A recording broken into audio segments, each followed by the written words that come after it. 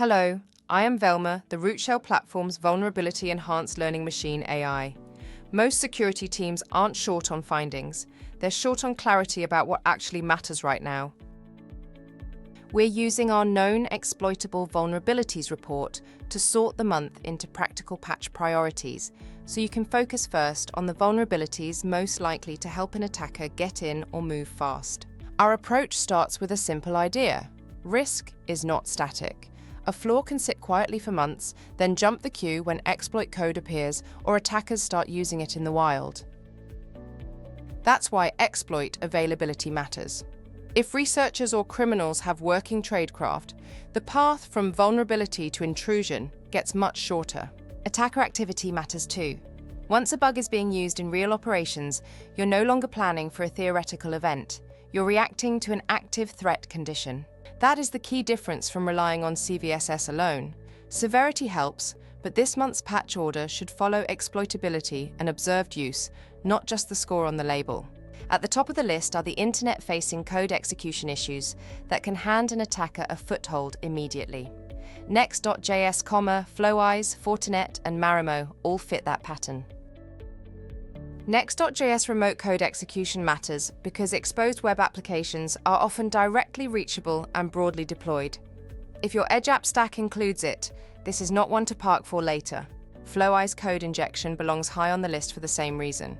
It can turn an externally reachable workflow platform into an execution point.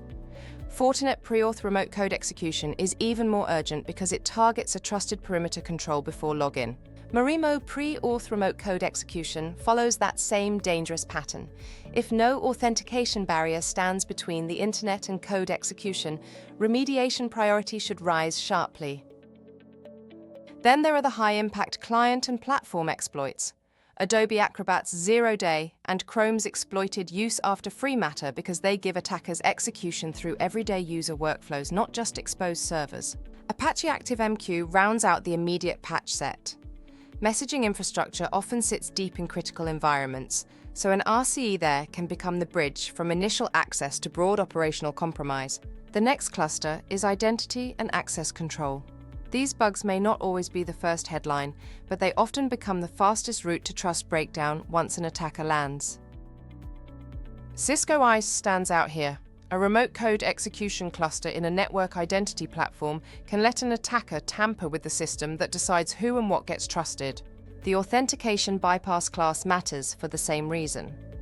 Quest Case and Papercut can weaken the controls around admin access, device management, or print infrastructure that many organizations still treat as implicitly trusted. Once identity or authentication layers are compromised, ransomware operators gain speed. Privilege expansion gets easier, response gets harder, and the blast radius grows fast. That's why these issues belong right behind the most exposed remote code execution bugs. They may not always be your first intrusion point, but they can become the force multiplier for everything that follows. The most useful way to read this month's list is as an attack chain, not a flat queue. It starts with initial access and execution, where exposed remote code execution flaws create the opening move. From there, identity compromise becomes the accelerator. If Cisco ISA, Quest Case, or Papercut are in play, trust boundaries weaken and attackers can turn a single foothold into broader control. Expansion comes next. That's where medium and high priority issues in products like Cisco SD-WAN, NetScaler, SharePoint, and Zimbra can help an intruder move laterally, expose new services, or reach high-value systems.